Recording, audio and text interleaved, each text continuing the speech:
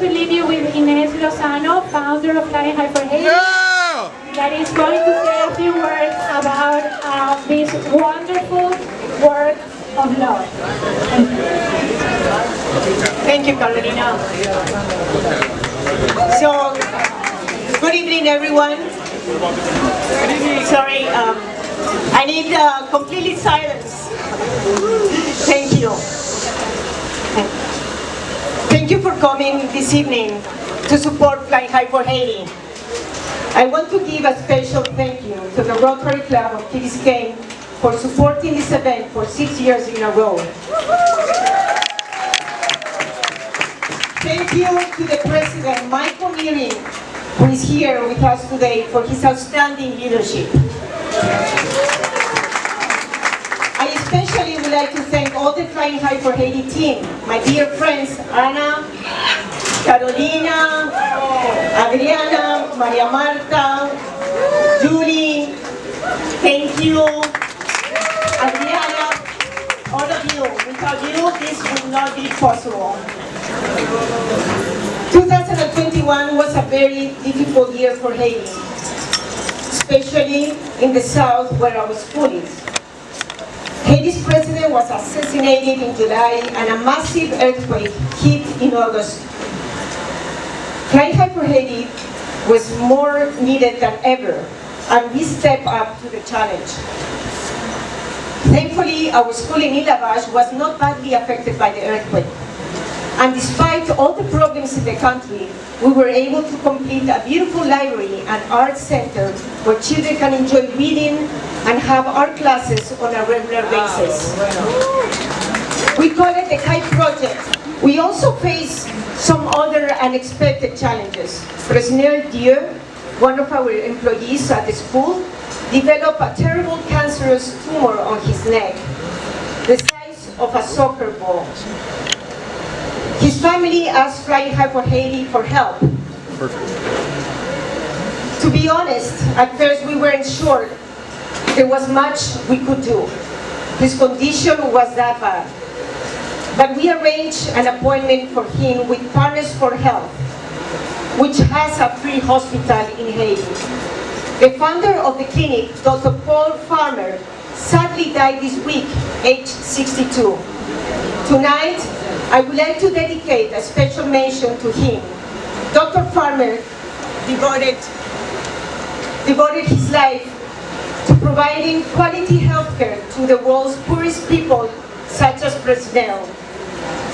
As a medical student, Dr. Farmer decided to build a clinic in Haiti, and it is now a global network serving some of the world's poorest communities in Haiti, Africa, Peru, and Mexico.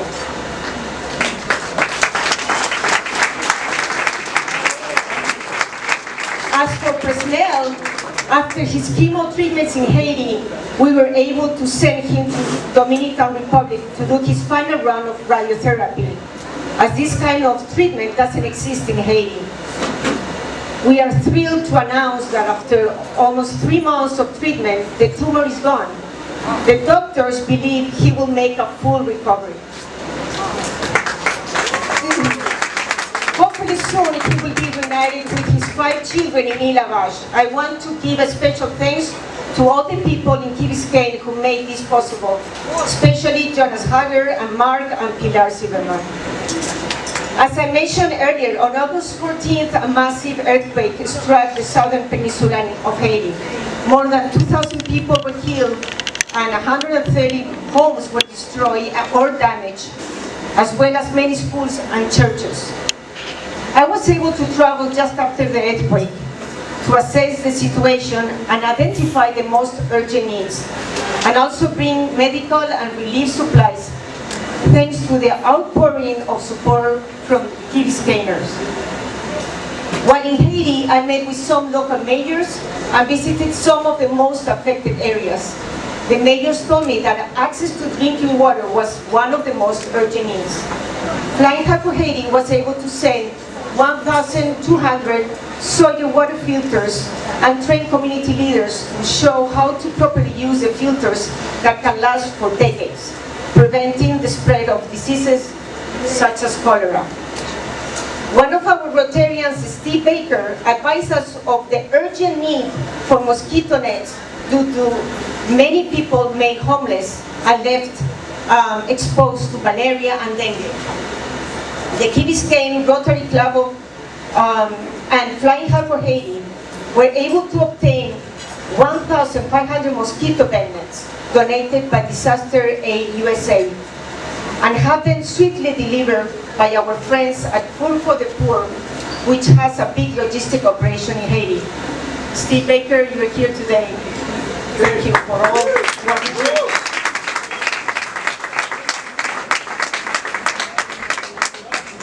While our school in Lavash was only slightly damaged, I visited other schools on the mainland that were totally destroyed. So we came up with the idea of getting the children back in school under large tents. The Rotary Club of Key Biscayne and the Rotary Club of Brico and a former Interact president, Julian Moyes, helped us deliver seven large tents to Saint Michel, the Charpentier School in Lecay, that was completely destroyed by the earthquake. These tents were a fast and great temporary solution so its 700 students could begin classes in October. 100% of today's proceeds will go towards building a more sturdy wooden structure for the classes. In this video that you're about to see, you'll see our tents where children are having their classes, thanks to your donation. You always see the kind of classroom we are planning to build with your help.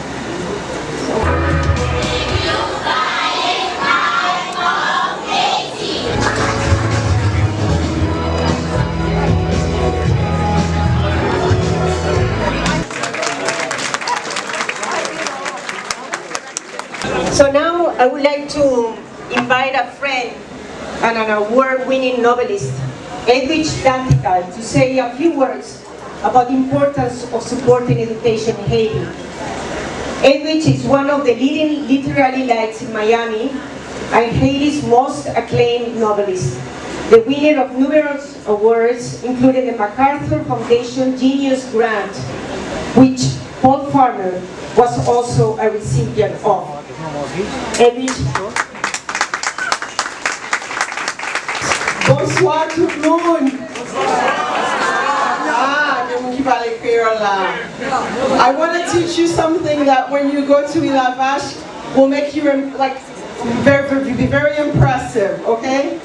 So one of the ways that we greet one another in Haiti is that we say honnête, which means honor.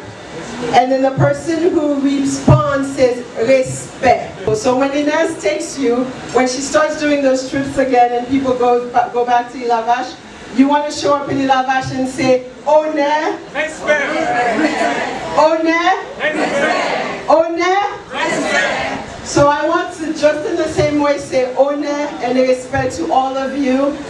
This has been, we come here every year. In the last couple of years, we haven't been able to do it in person. And this is actually a blessing to be able to do that, to see one another's faces, and to do this for Haiti and for the school in Ilavash. I want you to give Ines and Carolina and Adriana a really big round of applause.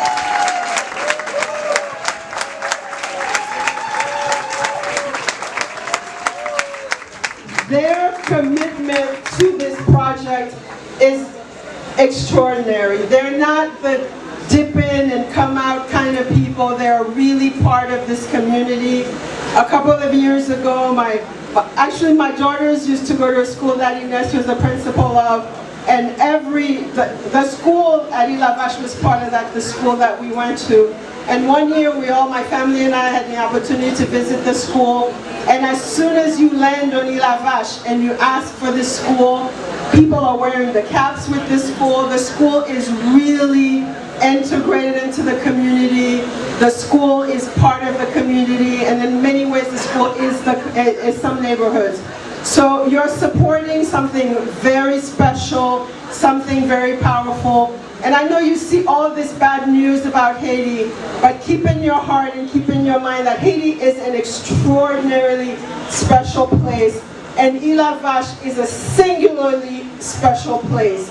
And what we're doing here tonight is make sure that there's a generation that is built up, that is able to face and conquer all of the problems that a country is facing now, and that it will face in the future. So that these children who are in La Vache and other parts of Haiti will want to stay at home and rebuild their country. So you're here to have a good time and to shake the booty and all that, but you're really contributing to the future of Haiti.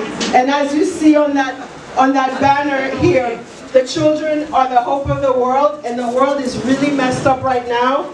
But the children, we have to keep, as long as we think we're going to have a future, we have to invest in our children, and we have to invest in an education.